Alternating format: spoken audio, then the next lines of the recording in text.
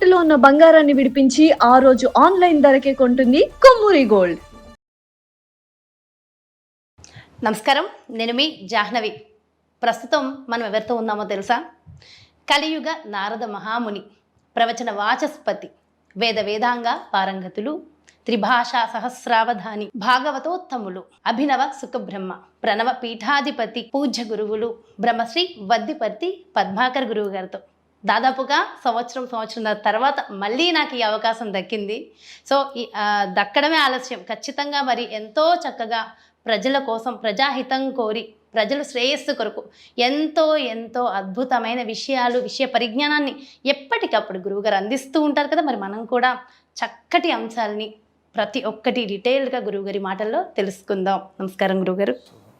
చాలా చాలా చాలా సంతోషం గురువుగారు. దాదాపుగా సంవత్సరంన్నర తర్వాత మళ్ళీ నాకు ఈ అవకాశం దక్కింది. నిజంగా ధన్యురాలని. థ్యాంక్ యూ సో మచ్ ఈ అవకాశం ఇచ్చినందుకు. అయితే గురువుగారు, ఇప్పుడు వెంటనే వారాహి గుప్త నవరాత్రులు ప్రారంభమవుతున్నాయి. మరి ఈ వారాహి నవరాత్రుల విశిష్టత ఏమిటి? వాటిని ఏ విధంగా జరుపుకోవడం అందరికీ మంచిది అంటారు? ఓం సర్వచైతన్య రూపాం తాం ఆద్యాం విద్యాంచ ధీమహి బుద్ధిం యా నః ప్రచోదయాత్ సృష్టౌ యా సర్గరూపా జగదవన విధౌ పాలినీయా చ రౌద్రీ సంహారే చాపి యస్య జగదిదమఖిలం క్రీడనం యా పరాఖ్య పశ్యంతి మధ్యమాథో తదను భగవతి వైఖరీ వర్ణరూప సాస్మద్వాచం ప్రసన్నా విధిహరిగిరిచారాధిత అలంకరోతు. అమ్మవారి గురించి అడిగారు కాబట్టి అమ్మకి నమస్కారం చేసుకుందాం. వారాహి అనే పేరుతోటి అమ్మవారు రెండు శక్తులుగా మన పురాణాల్లో మంత్రశాస్త్రాల్లో కనపడుతున్నది. అందులో ఒకటి సప్తమాతృకలలో ఒకటి. మాతృకలు అంటే తల్లి రూపంలో మనల్ని రక్షించువారు. అందులో వరుసగా ఈ వారాహి, మాహేంద్రి, చాముండ వీళ్ళంతా కూడా సప్తమాతృకలు. బ్రాహ్మి, మాహేశ్వరి, కౌమారి, వైష్ణవి, వారాహి, మాహేంద్రి, చాముండ ఈ ఏడుగురిని ఏమంటారు? సప్తమాతృకలు అంటారు. అందులో వారాహి అని ఒక మాతృక ఉన్నది. ఈవిడ మనందరికీ తల్లి. ఈ రూపంలో మనల్ని చాలా ప్రేమగా చూస్తుంది. గృహాన్ని ఇవ్వడం కోసం ప్రత్యేకంగా ఆవిడ ఆవిర్భవించింది. గృహం అంటే రెండు రకాలు, కొంచెం స్పష్టంగా అందరికీ అర్థమయ్యేలా చెప్పుకుందాం. మన శరీరాన్ని గృహం అంటారు. ఏమంటారు? గృహం. ఇదం శరీరం కౌంతేయ క్షేత్రమిత్యభిధీయతే అని కృష్ణుడు కూడా చెప్పాడు. ఇదొక క్షేత్రం, ఇదొక మందిరం. అసలు ఇల్లు అంటూ ఉంటే కదా అందులో మనం ఉంటాం. మన శరీరం అనే ఇంట్లో ఆత్మ అనేటటువంటి ఒక జీవి ఉన్నాడు. కాబట్టి శరీరాన్ని గృహంతో పోల్చారు. ఇది కాకుండా శరీరం ధరించాక మనం ఉండడానికి 4 గోడలు, తలుపులు, కిటికీలు ఉన్నటువంటి ఇల్లు ఒకటి కావాలి. ఈ రెండు ఇచ్చి, అంటే ఇటు శరీరము ఇచ్చి, ఆ శరీరంతో ఉన్నవాడు సుఖంగా బ్రతకడానికి కావలసిన ఇల్లు ఇచ్చి రక్షించడం కోసం ఆవిర్భవించిన దివ్యశక్తి వారాహి. ఇక రెండవసారి ఆ తల్లి మరొక రూపంలో కూడా ఆవిర్భవించింది. ఆవిడే వారాహి అనే పేరుతో లలితా పరాభట్టారికకి సేవ చేసే అమ్మవారు. లలితా సహస్రనామంలో కిరిచక్ర రథారూఢ దండనాథ పురస్కృత అని ఒక నామము, విశుక్ర ప్రాణహరణ వారాహి వీర్యనందిత అనే ఒక నామము, 2 నామాలు ఉన్నాయి కదా. ఇవి 2 ఏక సమాసనామాలే. అందులో వారాహి అనే పేరుతో ఒక అమ్మవారు ఉన్నది. లలితాదేవి భండాసురుడు అని పేరు కలిగిన ఒక వ్యక్తిని చంపడానికి వెళ్ళింది. భండు అని పేరు కలిగిన అసురుడు, రాక్షసుడు. రాక్షసుడిని చంపడానికి అమ్మవారికి సైనికులు చాలామంది ఉన్నారు. ఆ సైనికులకి నాయకత్వం వహించే వాళ్ళని సంస్కృతంలో స్త్రీనైతే నాయిక అనాలి, నాయకి అనకూడదు. తెలియక రంగనాయకి అని పాటలు పాడుకుంటున్నారు కానీ నాయకి కాదు, నాయిక. మగవాడైతే నాయకుడు, స్త్రీ అయితే నాయిక. ఆ నాయికని దండనాథ అని కూడా పిలుస్తారు. ఆవిడే ఈ వారాహి. తెల్లని వరాహ రూపంలో ఉంటుంది. మంచి కోరలు ఉంటాయి. గద, శంఖం, చక్రం కూడా ధరిస్తుంది. ఆ తల్లి ఒక గొప్ప రథం ఎక్కి రాక్షసుల్ని సంహరించడానికి లలితాదేవికి సాయంగా వెళ్ళింది. ఆవిడ పేరే వారాహి. విసుక్రుడు అని పేరు కలిగిన భండాసురుడి యొక్క మంత్రిని చంపింది ఆవిడ. అలా చంపడం కోసం ఆవిర్భవించిన తల్లి ఎప్పుడు ఆవిర్భవించింది? ఆషాఢమాసంలో శుక్లపక్షంలో పాడ్యమి నాడు, అనగా పాడ్యమినే సంస్కృతంలో ప్రతిపత్తి అని కూడా పిలుస్తారు. ఆ ప్రతిపత్తి తిథి నాడు పుట్టింది. కాబట్టి ఎప్పుడైనా ఆషాఢమాసం మొదటి తిథి నాడు ఈ వారాహి దేవత ఆవిర్భావ దినము గనుక ఆ రోజు నుంచి వరుసగా 9 రోజులు ఆవిడని పూజించారు. ఆవిడ మన శరీరంలో 9 రంధ్రాలు ఉన్నాయి. ఆ 9 రంధ్రాల్లోనూ కొలువై ఉండి మన శరీరాన్ని ఆరోగ్యంగా కూడా ఉంచుతుంది. ఏమేంటి ఆ 9 రంధ్రాలు? కళ్ళు 2, ముక్కు రంధ్రాలు 2, చెవి రంధ్రాలు 2. అవునా? ఇటో చెవి ఇటో చెవి. అక్కడికి ఎన్ని అయ్యాయి? 3 రెళ్ళు 6. నోరు 7వది. మలమూత్ర స్థానాలు ఒక 2. అక్కడికి 9 రంధ్రాలు అన్నమాట. మళ్ళీ ఇంకోసారి గుర్తుపెట్టుకోండి. ముక్కులు, కళ్ళు, చెవులు 3 రెళ్ళు 6, 7 నోరు, 8 మూత్రస్థానం, 9 మలద్వారం. ఈ 9 రంధ్రాల్లో ఏదో ఒక రంధ్రం నుంచే ప్రాణం బయటికి పోతుంది. లోపలికి 9 రంధ్రాలు కూడా వస్తుంది, కానీ పోయేటప్పుడు ఒక్క రంధ్రం నుంచే ప్రాణం పోతుంది. ఈ నవరంధ్రాలను ఆవిడ ఆక్రమించుకొని వీటిని కాపాడుతూ బతికున్నంత వరకు ఆరోగ్యాన్ని ఇస్తూ, ఈ నవరంధ్రాలతో కూడిన శరీరం కొంచెం సుఖంగా ఉండడానికి గృహాదులు ఇస్తూ, ఇంట్లో ఉన్న భార్యాభర్తల మధ్యలో ఐకమత్యం ఇస్తూ, కావలసిన ధనము వస్త్రాలు సమకూరుస్తూ రక్షిస్తుంది. అలా రక్షించే తల్లి అన్నమాట వారాహి. ఆవిడ్ని పూజించే విధానాన్ని మంత్రశాస్త్రాలు ఇచ్చే మనకి. త్రిపురతాపిని ఉపనిషత్తు, వారాహి దేవతకి సంబంధించినటువంటి మంత్రశాస్త్రం, లలితా సహస్రనామం, బ్రహ్మాండ పురాణం, దేవ్య ఉపనిషత్తు, అగస్త్యుడు రాసిన అగస్త్య సంహిత, వీటిల్లో ఈ వారాహి దేవతని ఎలా పూజించాలో చెప్పారు. ఆషాఢమాసంలో పాడ్యమి మొదలుకొని 9 రోజుల పాటు అమ్మవారిని పూజించాలి.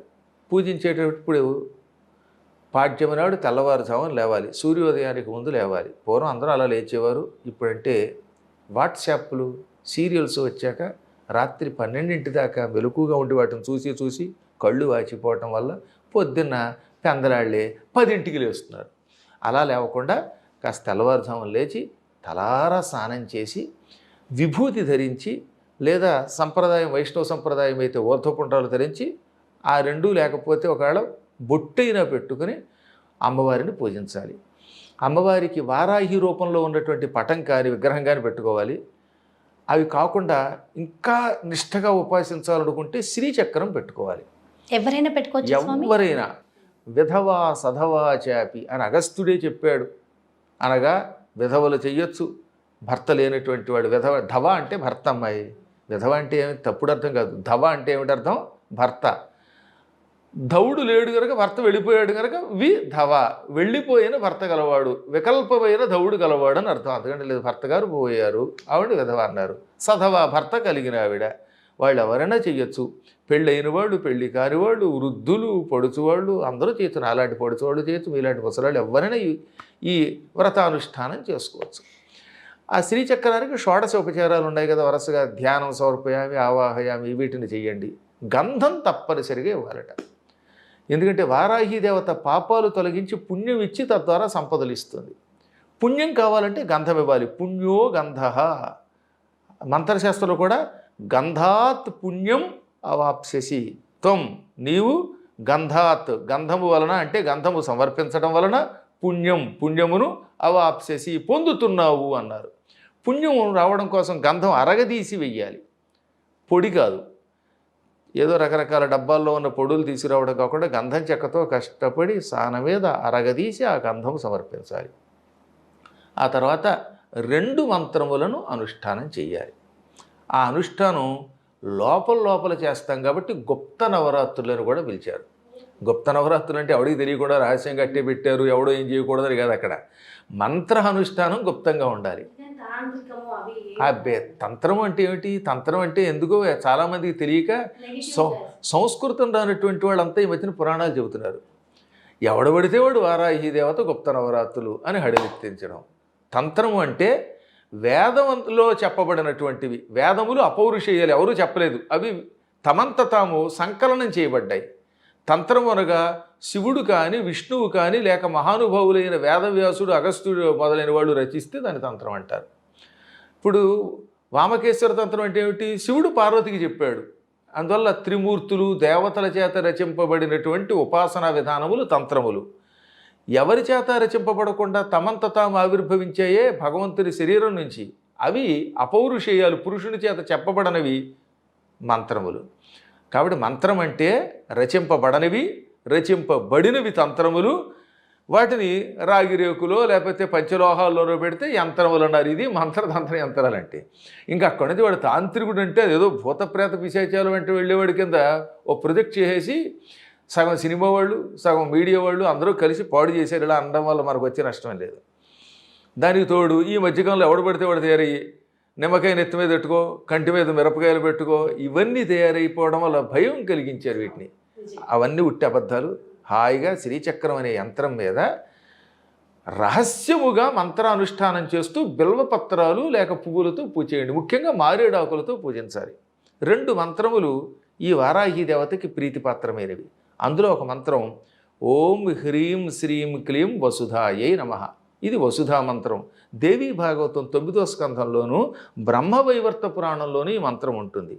ఈ మంత్రం ముందు 108 సార్లు జపం చేస్తూ మారేడాకులు వెయ్యాలి. మారేడాకులు సంస్కృతంలో బిల్వపత్రాలు అంటారు. ఈ ఆకులతో పూజ చేశాక ఏ రోజుకో రోజు ఆకులు మళ్ళీ పక్కన తీసి పెట్టాలి. ఎండిపోయిన ఆకులను ఆఖరి రోజు యజ్ఞంలో వాడచ్చు, లేదా సొంత పొలాలు ఉంటే పొలాల్లో వేసేయండి. పొలాలకు పంటకి బాగా పనికొస్తుంది. ఇది ఎరువుగా ఉపయోగపడుతుంది. దీనివల్ల పంటలు బాగా పండుతాయి. లేదా దొడ్డి ఉంటే పెరట్లో దాన్ని గొయ్యి తవ్వి పాతి పెడితే అది భూమిలో కలిసిపోతే ఆ ఇంటికి ఉన్న వాస్తు దోషాలు పోతాయి. ఇంక ఏమీ దొరకకపోతే వాటి భస్మం చేసేసి విభూతి పెట్టుకోండి. ఇక 2వ మంత్రం లలితా సహస్రనామంలో వారాహి దేవతకి సంబంధించిన మంత్రం ఉన్నది. ఓం ఐం హ్రీం శ్రీం విశుక్ర ప్రాణహరణ వారాహి వీర్యనందితాయై నమః. అందులో వారాహి దేవత యొక్క పరాక్రమానికి అమ్మ ఆనందపడిందిట. విశుక్రుడు అనే రాక్షసుణ్ణి ఈ వారాహి దేవత సంహరించింది. సంహరించడంతో జగదంబ లలితకి ఆనందం కలిగింది. అందుకని ఆవిడ నేను ఎంతో ఆనందపడ్డాను ఈ పరాక్రమానికి అంది. అదొక నామం అయ్యింది. ఈ నామాన్ని 108 సార్లు జపం చేయాలి. ఇందాక చెప్పిన దాంతో కానీ దీంతో కానీ మొత్తం మీద బిల్వపత్రాలతో పూజించండి. అన్నం అంటే పులిహోర, దధ్యోదనం ఇలాంటి అన్నాలు కానీ లేదా పానకం కానీ నివేదన చెయ్యండి. తీర్థంగా తీసుకోండి, మీరు తినండి, ఇతరులకు పెట్టండి. పిల్లలకి పెడితే ఇంకా మంచిది. ఇంకా గుప్తంగా నవరాత్రులను ఎందుకన్నారంటే డబ్బా కొట్టకూడదట. ఏమండో మేము ఇలా చేసాం అలా చేసామని ఇతరుల దగ్గరికి వెళ్ళి మేము బాగా చేసామని తమ ప్రతిభని చాటుకోకూడదు. తాము చేస్తున్న ఉపాసన ఇతరులకు తెలిస్తే తప్పు లేదు, కానీ మేము బాగా చేసాము గొప్పగా చేసాము అని పబ్లిసిటీ కోసం చెయ్యొద్దు అన్నాడు. అందుకని గుప్త నవరాత్రులు అన్నారు. ఇక ఈ నవరాత్రుల యొక్క ఫలితం అంతా ఎంత కాదు. మీరు కావాలి అంటే ఫలితాలు కూడా చెబుతాం. ఫలితం తెలుసుకుని చేస్తే ఇంకా ఆనందంగా ఉంటుంది.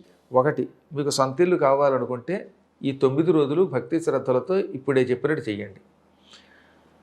చేసేటప్పుడు ముందు ప్రారంభంలో చెప్పాను కదా, ఓం హ్రీం శ్రీం క్లీం వసుధాయై నమః. ఇది నేను చెప్పాను కాబట్టి చేసుకోండి, ఇబ్బంది లేదు. అది చెయ్యొచ్చని వ్యాసుడే చెప్పాడు. వ్యాసుడు చెప్పాక చెయ్యొద్దు అనడానికి ఎవరికి అధికారం లేదు. కొంతమంది అజ్ఞానులు అయ్యయ్యో మంత్రాలు బయట పెట్టేస్తున్నారండి అంటే, మంత్రం బయట పెట్టకపోతే ఎలాగా? కొన్ని సమయాల్లో కొన్ని మంత్రాలు చెప్పాలి. ఆనాడు మహానుభావుడు భగవద్ రామానుజాచార్యులు వారు అష్టాక్షరి మంత్రాన్ని సాక్షాత్తు శ్రీరంగంలో గోపురం నుంచి చెప్పబట్టి కదా కొన్ని కోట్ల మంది తరించారు. ఆ మంత్రం బయట పెట్టడం వల్ల నరకం వస్తే నరకమైన అనుభవిస్తాం తప్ప మంత్రం ఇవ్వకుండా ఉండనన్నాడు ఆయన. అది గొప్ప గురువులు చేసే పని. కాబట్టి ప్రజల్ని రక్షించడానికి కొన్ని సమయాల్లో అందులోని మీలాంటి వాళ్ళ నోటి నుంచి వినడం అది గృపదేశం. నిజంగా మాలాంటి వాళ్ళకి చాలా మంచిది. తప్పనిసరిగా ఆ మంత్రం చేసుకోండి. కాస్త శుచిగా చేసుకోండి, భక్తితో చేసుకోండి. ఈ దిక్కుమాల వాళ్ళు కొంతమంది ఉంటారు, ఎప్పుడు కాసు కూర్చుందామా అని. మీరు చెప్పిన మంత్రానికి చింతకాయలు రాలుతాయా అని ఎవడో దిక్కుమాలనాడు ఒక కామెంట్ పెట్టాడు అనుకోండి. చింతకాయలు ఎందుకు రాలుతాయి? చింతలు రాలుతాయి. వాడికి మాత్రం వారాహి దేవత కోరతో దెబ్బ కొడితే వస్తాడు దిక్కుమాలాడు. అసలు వాళ్ళు ఎందుకంటే చూడడం? ఇది మనం నాస్తికుల కోసం చెప్పట్లేదు కదా, మనం నమ్మకం కలిగిన వాళ్ళకి చెప్పుకుంటున్నాం. ధర్మాన్ని రక్షించడం కోసం రక్షించడా చెప్పుకున్నాం. దీనివల్ల ఏమన్నా ధన నష్టం ఉందా? ఎవరికైనా ప్రాణ నష్టం ఉందా? అదొక అద్భుత ప్రయోగం చేసుకోవాలి, చేసుకుని తరించాలి. కాబట్టి అటువంటి దౌర్భాగ్యుల గురించి మీరేం పట్టించుకోకండి. ఈ మంత్రాన్ని నేను చెప్పాను, చేసుకోమనండి. 2వది ఓం ఐం హ్రీం శ్రీం విశుక్ర ప్రాణహరణ వారాహి వీరనందితాయి నమః. ఏమిటది? ఓం ఐం హ్రీం శ్రీం విశుక్ర ప్రాణహరణ వారాహి వీర్యనందితాయై నమః. ఈ మంత్రానుష్ఠానం వల్ల సంతానం కలుగుతుంది. విశుక్రుడు అని ఒక రాక్షసుడు ఉన్నాడు. వాడు భండాసురుడికి మంత్రి. వాడు ఏం చేస్తాడంటే మన శరీరంలో ఉండి పురుషుల్లో ఉన్న శుక్రాన్ని వీర్యాన్ని పాడు చేస్తాడు. దానివల్ల ఎక్కువ మంది నపుంసకులవుతారు. ఇప్పుడు ఈ కలియుగం అందరూ ల్యాప్టాప్లు ఒళ్ళో పెట్టుకుంటారు. ఈ ల్యాప్టాప్ల వల్లే సగం మందికి సంతానం లేవట్లేదు. చెప్పకపోతే తప్పదు. భయంకరమైనవి ఈ వేరియేషన్స్. ఈ సెల్ టవర్స్ ఇవన్నీ దగ్గరగా ఉంటే పక్షులు కూడా చచ్చిపోట్ల. అటువంటి శరీరంలో ఎక్కువసేపు పట్టుకోవడం వల్ల మనుషుల్లో చాలా తేడా వస్తుంది. ఈ మంత్రానుష్ఠానం చాలా వరకు మనుషుల్ని రక్షిస్తుంది. అందుకని సత్సంతానం కలగాలంటే ఈ 9 రోజులు ఈ 2వ మంత్రాన్ని అనుష్ఠానం చేసుకోవాలి. మళ్ళీ ఒక ఆవిడ నాకు 60 ఏళ్ళు ఇప్పుడు సంతానం కలుగుతుందని వెకిలిగా అడిగింది. అది నిజం అడిగారో లేకపోతే భక్తి అడిగారో లేకపోతే నన్ను పరీక్షించడానికో కానీ ఇది అవకాశం ఉన్నవారికి ఇస్తుంది. పెళ్ళయి సంతాన ప్రాప్తి పొందాలి, ఈ మధ్యన 5-6 ఏళ్ళైంది 10 ఏళ్ళైంది పెళ్ళయి పిల్లలు పుట్టట్లేదు అనుకున్నటువంటి వాళ్ళు ప్రయోగించాలి. కానీ మంచం మీద పడుకుని చావడానికి సిద్ధంగా ఉన్న ముసలివాళ్ళు దీన్ని ప్రయోగిస్తామంటే అది ధర్మం ఎలా అవుతుంది? కాబట్టి మంత్రం విషయంలో వెకిలితనం విడిచిపెట్టి సశాస్త్రీయంగా దాన్ని అందుకుని సంతానం పొందాలి అనేటటువంటి వాళ్ళు అర్హులైన వాళ్ళు చెయ్యండి. చేస్తే అప్పుడు దీనివల్ల సంతానం కలుగుతుంది. ఇంకోటి, సంసారంలో కలతలు ఎక్కువ ఉంటాయి. కొంతమంది కొట్టుకు చచ్చిపోతూ ఉంటారే, అటువంటి వాళ్ళు కనుక ఈ కాలంలో కుంకుమతో అమ్మవారి శ్రీచక్రాన్ని కానీ విగ్రహాన్ని కానీ పూజిస్తూ ఈ మంత్రానుష్ఠానం చేస్తే కలిసి ఉంటారు. అన్న నైవేద్యం పెడితే వాళ్ళకి ఎప్పుడూ భుక్తికి లోటు ఉండదు. ఈ మంత్రాల అనుష్ఠానంతో ఒకవేళ మంత్రం చేయలేకపోయినా కనీసం దాకా చెప్పిన మారేడాకులతో అయినా ఈ నవరాత్రులు పూజ చేస్తే దానివల్ల అయితే మన శ్రద్ధ వల్ల పునర్జన్మైనా లేకుండా ఉంటుంది. అది అంత తేలిక కాదు కలియుగంలో. కనీసం వచ్చే జన్మ ఉత్తమ జన్మ వస్తుంది. అందువల్ల ఇవి చేసి తీరాలి. గుప్తం అంటే మరొక అర్థం తీసుకోకుండా ఎవరికీ తెలియకుండా దాచమని కాకుండా చేస్తున్న పూజ 10 మందికి పబ్లిసిటీ కాకుండా భక్తితో చెయ్యండి అని. ఎందుకంటే ఈ మధ్యకాలంలో చూశారు మీరు, వినాయక చతుర్థి సందర్భంగా కూడా మేం వేసినంత పందిరి ఎవడన వేశాడా, మేం పెట్టినంత గొప్ప విగ్రహం ఎవడన పెట్టాడా అని దాన్ని 10 సార్లు చెప్పుకుంటారే. అలా చెప్పకుండా చేసుకుని ఆయన అని చెప్పారు. అయితే గురుగారు చిన్న చిన్న ఇబ్బందుల వల్ల ఆటంకాల వల్ల ఒకవేళ వారాహి నవరాత్రుల్లో కొన్ని రోజులు కుదరలేదనుకోండి, మిగిలిన అన్ని రోజులు చేసుకోవచ్చు అంటారా? ఒక్కరోజు చేసినా చాలు. ఇప్పుడు ఆడవాళ్ళకే ఉంది పాపం, బయట ఉండవలసి వస్తుంది, అప్పుడు 4 రోజులు చేయలేరు కదా. కర్మయోగం వల్ల ఆ సమయంలో ఎవరికైనా మైలు వచ్చింది అనుకోండి, అప్పుడు చేయలేరు కదా. అందుకని ఏమన్నారంటే దినమర్థం తదర్థం వా ముహూర్తం క్షణమేవవా. దినం అర్థం, ఒక దినం అంటే పగలమ్మా, పగలు. దినం అంటే పగలు, రాత్రి పగలు కలిస్తే ఒక సంపూర్ణమైనటువంటి రోజు. అవునా? రోజు అనేది హిందీ పదం అనుకోండి. అహోరాత్రాలను కలిపి 24 గంటలను కలిపి దివసము ఏకదివసం అంటాం. అందులో దినము అనేది ఎక్కువగా పగటికి వాడతాం. ఒక పగలిపూట చేసినా చాలు, మొత్తం ఆ రోజంతా చేయలేకపోయినా అందులో అర్థం చేసినా చాలు, సగం చేసినా చాలు, ఒక ముహూర్త కాలం చేసినా చాలు, క్షణకాలం అమ్మవారిని పూజించినా చాలు. గుప్త నవరాత్రులు ఒక క్షణమేవవా అన్నాడు. అంటే కన్ను మూసి తెరిచేలోపు అమ్మవారిని ఒకసారి దర్శనం చేసుకుని పూజించినా ఆ మాత్రానికి కూడా అమ్మ సంతోషిస్తుంది. కాకపోతే ఒకటి గుర్తుపెట్టుకోండి, అమ్మవారి పటం పెట్టుకునేటప్పుడు అమ్మవారు తెల్ల రూపంలో ఉండాలి. వారాహి రూపం ఉంటుంది, ఆ వరాహ రూపమే, ఆ రూపంలో తెల్లని రంగుతో ఉండాలి. కొంతమంది శ్యామల వర్ణం వేస్తున్నారు, తెలియక శ్యామ వార్తాళీ సేవిత అని ఒక నామం ఉన్నది. ఈ వారాహి దేవత వార్తాళి అని కూడా ఒక రూపం ధరిస్తుంది. ఇవన్నీ దండనాయకి యొక్క రూపాలు. ఈవిడ శ్యామ అని ఉంది. శ్యామ అంటే తెలియక శ్యామల వర్ణం అనుకున్నారట. అంటే బీలాగా ఆకుపచ్చ రంగులో ఉందే ఆ వేసుకున్న వస్త్రం, ఆ రంగులో ఉంది అమ్మవారు అనుకున్నారట. నిజానికి అమ్మవారు శ్యామ తప్ప శ్యామల కాదు. శ్యామలము అంటే పొలములు కొద్దిగా ముదురుతూ ఉంటాయి కదా, ఆ వరి పంట చూశారుగా, అది మరీ లేతగా కాకుండా మరీ కొయ్యడానికి వచ్చేటప్పుడేమో బంగారపు రంగులోకి వచ్చేస్తుంది. అలా కాకుండా మధ్యలో కొంచెం ముదురుతున్నప్పుడు ఉండేటటువంటి ఆకుపచ్చ రంగుని శ్యామల వర్ణం అంటారు. ఆ వర్ణ కాదు, శ్యామ అనగా సంస్కృతంలో శ్యామ యౌవన మధ్యస్థ. 16 ఏళ్ళు దాటి 30 ఏళ్ల వయస్సుని యౌవనం అంటారు. ఆ మధ్యలో ఉంది అంటే అర్థం ఏంటనమాట, 16కి 30కి మధ్యలో ఉంది. ఇంచుమించుగా 30 ఏళ్ల లోపు ఉండి మంచి నవయౌవనంలోకి అడుగు పెడతారు కదా, ఆ యౌవనంలో ఉన్న స్త్రీని ఏమంటారు? శ్యామ. ఇది సంస్కృతం యొక్క నిర్వచనం. శ్యామ యౌవన మధ్యస్థ, యౌవన మధ్యంలో ఉన్నది. అందుకే సీతాదేవి గురించి శ్యామ అని అన్నాడంటే అర్థం ఏంటనమాట? మంచి నవయౌవనంలో ఉందని చెప్పడం అక్కడ. అందువల్ల సీతాదేవి బంగారపు రంగులో ఉన్నామని పట్టుకుని అక్కడ నీలం ఈ శ్యామల వర్ణంలో ఉందని కాదు కదా. కాబట్టి విగ్రహం తయారు చేసుకునేటప్పుడు తెల్లని వరాహ రూపంతో ఉంటుంది. అయితే ఈ ఫోటో వారాహిదేవి అమ్మవారిది ఎప్పుడు ఉండొచ్చు? ఎప్పుడూ ఉండవచ్చు. ఆవిడ ఎప్పుడు మన ఇంట్లో అసలు సప్తమాతృకులు ఉండాలి. మా పీఠంలో అందుకే సప్తమాతృకులు చుట్టూ ఉంటారు. అందులో వారాహి దేవత అంటే మాకు ప్రత్యేక అభిమానం.